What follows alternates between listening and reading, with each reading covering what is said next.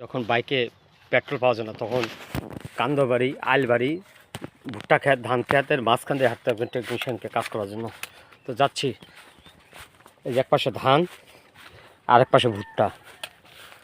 তো অনেকদিন পর চিপা চাপাতে হাঁটতেছি অজানা পথে। তো এটা হচ্ছে ঝাড়বাড়ি হাসপাতালের পিছন দিক দিয়ে আজিজের বাড়ি, এই পারে কলেজের পারে আসবো। তো এইখানে ভুট্টা ক্ষেত রয়েছে। তো আমার জানা মতো এখানে একটা পুকুর ছিল বড়, রাজীব সার, ওই পুকুরে পাহাড়ি দিয়েই আমি হাঁটতেছি। হয়তো এইটাই ভিডিও শেষ হতে পারে। শিয়াল কুত্তা অনেক জায়গা না পারে হাঁটছে রে শ্যালো মিশন।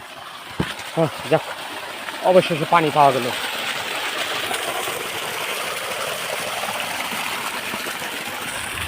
এই জায়গায় আমার কাজ চলবে এখন।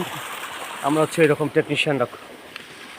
আর এইখানে হচ্ছে থাকার ব্যবস্থা, এই যে এখানে থাকবো আমরা, এইখানে থেকেই কাজ করবো। ও ক্লান্ত মিস্ত্রি, হেঁটে হেঁটে হাঁপসে গেছি রে ভাই।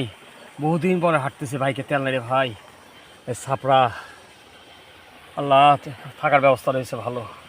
আমাদের জন্য দোয়া করেন, আমরা যেন ভালো থাকতে পারি, টেকনিশিয়ান আপনাদের সেবা দিতে পারি।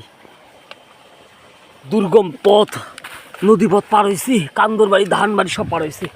এই যে এর মাছেই থাকি, এটা রাজীব সার পুকুর, এই সেই বড় পুকুর, পানি নেই। একসময় গরু ধোয়াইতাম। ওই যে কলেজ, ওই যে ওখানে কলেজ দেখছেন পিছনে, আমার ওদিকে কলেজ রয়েছে, যে আমার পিছনে ঠিক কলেজ, ওই যে কলেজ। তো এটা হচ্ছে রাজীব সার সেই পুকুর, পানি নেই, পাহাড়ি। আলহামদুলিল্লাহ।